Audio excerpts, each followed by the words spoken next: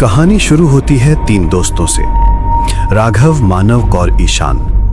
तीनों कॉलेज के बाद पहली बार कहीं घूमने निकले थे। राघव हमेशा कहता था, भाई जिंदगी में थोड़ा एडवेंचर जरूरी है, वरना यादें क्या बनेंगी। उनका प्लान था हिमाचल के एक छोटे से गांव मलाना घाटी में वीकेंड बिताने का। वो जगह बहुत कम लोग जानते थे। इंटरनेट पर भी बस 2-3 फोटोज मिली थीं। एक झील, घने देवदार के पेड़ और उनके बीच एक पुराना सरियाना गेस्ट हाउस। रात के 8 बजे जब उनकी गाड़ी उस घाटी की सड़क पर पहुंची, हवा में हल्की ठंडक थी, आसमान बादलों से घिरा हुआ था। पहाड़ी रास्ते पर एक पुरानी सफेद एसयूवी धीरे धीरे ऊपर चढ़ रही थी। हेडलाइट की रोशनी कोहरे को चीरते हुए मुश्किल से कुछ फीट तक ही दिख रही थी। सड़क संकरी थी, एक तरफ खाई, दूसरी तरफ घना जंगल। गाड़ी के अंदर 3 दोस्त थे। राघव ड्राइव कर रहा था, उसकी आंखें सड़क पर टिकी हुई थीं, लेकिन चेहरा थका हुआ लग रहा था। मानव पीछे बैठा था, खिड़की से बाहर झांकते हुए पेड़ों की काली परछाइयां देख रहा था। ईशान ने अपने फोन की टॉर्च ऑन कर रखी थी, क्योंकि बाहर का कोहरा इतना गाढ़ा था कि हेडलाइट भी बेअसर लग रही थीं। भाई, ये सही में रास्ता है ना? ईशान ने थके स्वर में पूछा। राघव ने बिना नजर हटाए जवाब दिया, डर गया क्या? गूगल मैप तो यही दिखा रहा है, बस थोड़ा और ऊपर। मानव हल्का सा हंसा। कहीं ये गूगल मैप हमें ऊपर से सीधा नीचे घाटी में न गिरा दे। गाड़ी आगे बढ़ी और धीरे धीरे कोहरा और घना होता गया। रास्ता अब कंकरीला था। टायरों के नीचे छोटे छोटे पत्थर चरमराते हुए आवाज कर रहे थे।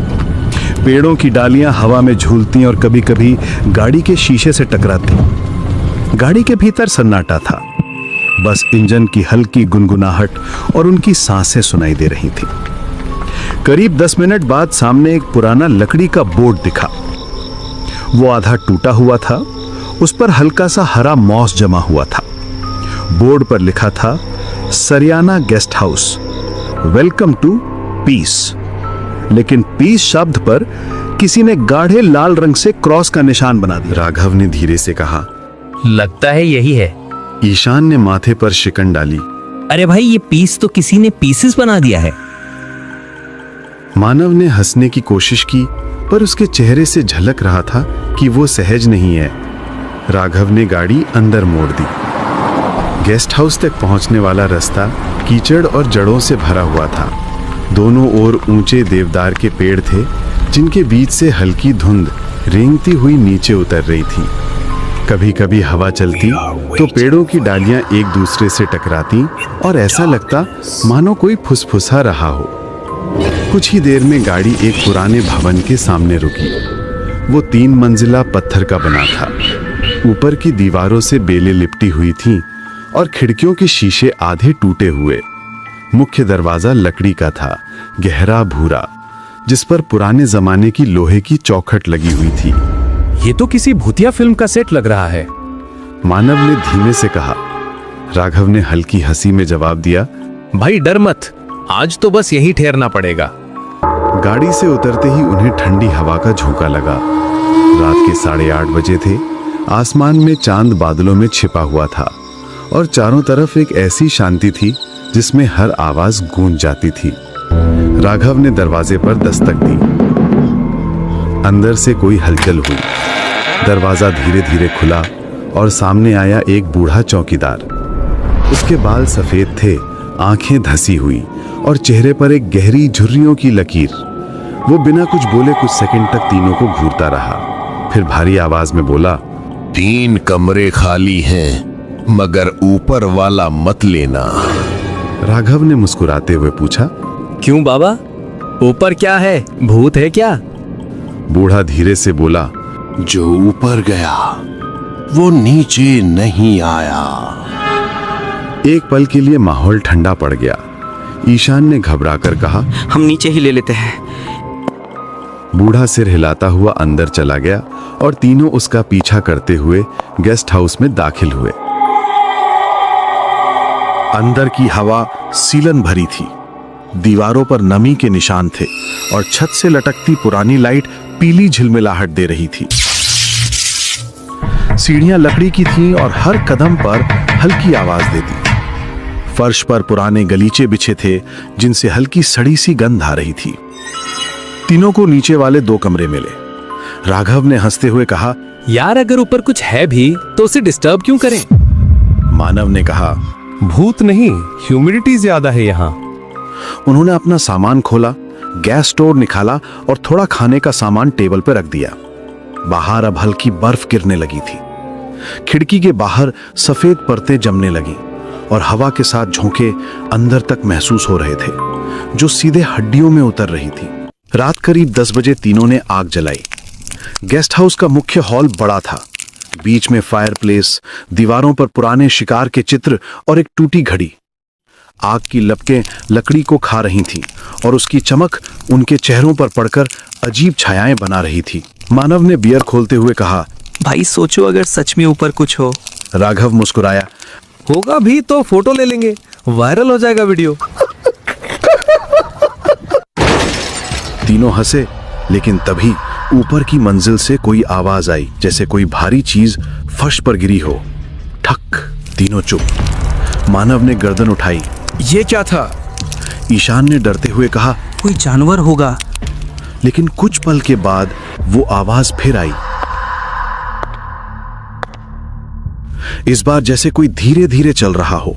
राघव ने टॉर्च उठाई। चल देखते हैं। ईशान ने कहा, पागल है क्या? तुझे याद नहीं उस बूढ़े ने क्या कहा था? लेकिन राघव ऊपर जाने लगा। सीढ़ियां पुरानी थीं, हर कदम पर चरमराहट होती, दीवारों पर धूल जमी थी। ऊपर पहुंचकर देखा, लंबा गलियारा, 4 दरवाजे और सबसे अंत में एक दरवाजा आधा खुला हुआ। राघव ने धीरे से धक्का दिया।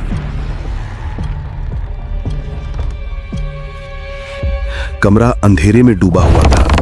अंदर सिर्फ एक पुरानी लकड़ी की कुर्सी थी जो अपने आप हिल रही थी। झूला सी कुर्सी जो आगे पीछे झूल रही थी, मानो कोई उस पर बैठा हो और अभी अभी उठा हो। तीनों जड़ हो गए। राघव ने टॉर्च की रोशनी कुर्सी पर डाली, लेकिन वहां कुछ नहीं था। फर्श पर बस पुराने पैर के निशान थे, जैसे गीले पैरों से कोई चला हो। मानव ने डरते हुए कहा, राघव चलो तुरंत नीचे चलते हैं। अचानक दरवाजा अपने आप बंद हो गया। ईशान चीखा, राघव। टॉर्च बुझ गई। अंधेरा, बस सांसों की आवाजें। कुछ पल बाद दीवार के पीछे से फुसफुसाहट हुई। क्यों आए हो यहाँ? तीनों ने मुड़कर देखा। कुर्सी अब स्थिर थी, पर उसके पीछे एक परछाई थी, लंबी, टेढ़ी और चेहरे पर बस काला धब्बा जहां आंखें होनी चाहिए थी। राघव ने जोर से दरवाजा धक्का दिया और नीचे भागे। उनके पैरों के नीचे फर्श चरमराया और नीचे पहुंचते ही उन्होंने देखा, बूढ़ा चौकीदार अब वहां नहीं था। टेबल पर उसकी लाठी पड़ी थी और फर्श पर ताजा खून की बूंदें, और अब पूरा हॉल पीले धुएं से भरा लग रहा था। मानव ने कांपते हुए कहा, बूढ़ा कहाँ गया? वो अभी यही था। ईशान ने फर्श की तरफ देखा। खून की बूंदें धीरे धीरे दरवाजे की तरफ खिंचती जा रही थी, जैसे कोई उन्हें घसीटकर बाहर ले गया हो। तीनों ने एक दूसरे की ओर देखा, फिर धीरे धीरे उस निशान का पीछा करने लगे। दरवाजा उन्होंने खोला तो बाहर ठंडी हवा का झोंका आया। बर्फ अब तेजी से गिर रही थी। चांद बादलों के बीच से आधा झांक रहा था और सामने लकड़ी का लंबा बरामदा फैला था, जिसके अंत में अंधेरा निगल चुका था। निशान बरामदे से होते हुए पिछवाड़े तक गए। वहां एक छोटा सा रास्ता था जो जंगल की ओर जाता था। पेड़ों के बीच वो लाल निशान अब टूट गए थे और सिर्फ बर्फ पर दबे 3 अजनबी पैरों के निशान रह गए थे, एक बड़ा और 2 छोटे, जैसे कोई किसी को खींचकर ले जा रहा हो। राघव वापस चलते हैं, सुबह देखते हैं। ईशान ने डरते हुए कहा, लेकिन राघव ठहर गया। उसकी आंखें कुछ ढूंढ रही थी। याद है बूढ़े ने क्या कहा था? ऊपर वाला कमरा मत लेना। उसने धीरे से आगे देखा। शायद जो ऊपर था वही उसे ले गया। तीनों वापस अंदर लौटे, दरवाजा बंद किया और कुर्सियां लगाकर टिकाया। गेस्ट हाउस अब और भी डरावना लग रहा था। हवा दीवारों की दरारों से अंदर आती और सीटी जैसी आवाज करती। तीनों आग के पास बैठ गए। बाहर बर्फ का तूफान बढ़ गया था। मानव ने कांपती आवाज में कहा। अगर यहाँ कोई है तो वो हमें जाने नहीं देगा। ईशान ने आंखें बंद की, तू चुप कर, सुबह तक सब ठीक हो जाएगा। लेकिन तभी ऊपर की मंजिल से फिर वही आवाज आई। इस बार कदमों की नहीं, जैसे कोई जमीन पर कुछ घसीट रहा हो। राघव ने धीरे से कहा, अब की बार अगर ऊपर कुछ है तो हमें पता लगाना ही होगा। ईशान चिल्लाया, क्या पागल हो गया तू? पर राघव ने टॉर्च उठाई, धीरे धीरे सीढ़ियों की ओर बढ़ गया। मानव ने उसका हाथ पकड़ा, भाई अकेला मत जा। तीनों साथ ऊपर गए। ऊपर अंधेरा था, बस टॉर्च की रोशनी दीवारों पर घूम रही थी। हर दीवार पर अजीब से निशान थे। किसी ने नाखूनों से खरोचा था, कुछ जगहों पर पुराने खून के धब्बे थे। कमरा अब भी खुला था, वही झूलती कुर्सी बीच में रखी थी, पर इस बार उसके सामने एक आईना था, धुंधला, पुराना, जिसकी सतह पर अंगुलियों के निशान बने हुए थे। राघव पास गया। आईने में उसने खुद को देखा, पर उसके पीछे 3 परछाइयां थीं, एक ईशान और दूसरी मानव की, कोई तीसरा। वो झटके से पीछे मुड़ा, पर वहां कोई नहीं था। ईशान और मानव दरवाजे के पास ही थे। क्या हुआ? मानव ने पूछा। राघव बस घूरता रहा। अभी यहाँ कोई था। अचानक कमरे की लाइट टिमटिमाई। दीवारों पर बनी दरारें फैलने लगी। आईना अपने आप कांपने लगा और फिर उसके बीच से एक हाथ निकला। लंबी उंगलियां, सड़ी त्वचा और उसके नाखूनों के नीचे खून जमा था। तीनों चीख पड़े। राघव ने पीछे हटते हुए टॉर्च फेंक दी, जो फर्श पर गिरकर घूमी और रोशनी सीधी दीवार पर पड़ी। वहां अब बूढ़ा चौकीदार खड़ा था, लेकिन उसका चेहरा मानो जला हुआ था। वो बोला नहीं, बस उंगली से नीचे की ओर इशारा किया, फिर धीरे धीरे पीछे हटता गया और अंधेरे में गायब हो गया। तीनों नीचे भागे, दरवाजा खोलने की कोशिश की, पर वो हिला नहीं। मानव ने पूरी ताकत लगाई, फिर भी बंद। ईशान ने पीछे देखा, सीढ़ियों के ऊपर से कोई उतर रहा था, धीरे धीरे, कदम दर कदम। ईशान चिल्लाया, कौन है वहां? और ऊपर से वही आवाज आई, वो जो तुम तीनों के साथ है। तीनों ने पीछे मुड़कर देखा। वो इंसान नहीं था, वो वही परछाई थी जो आईने में दिखी थी। चेहरा बिना आंखों के और शरीर जैसे धुएं से बना हो। वो उतरते हुए रुक रुक कर झुकता था, जैसे किसी टूटी हड्डी वाला चल रहा हो।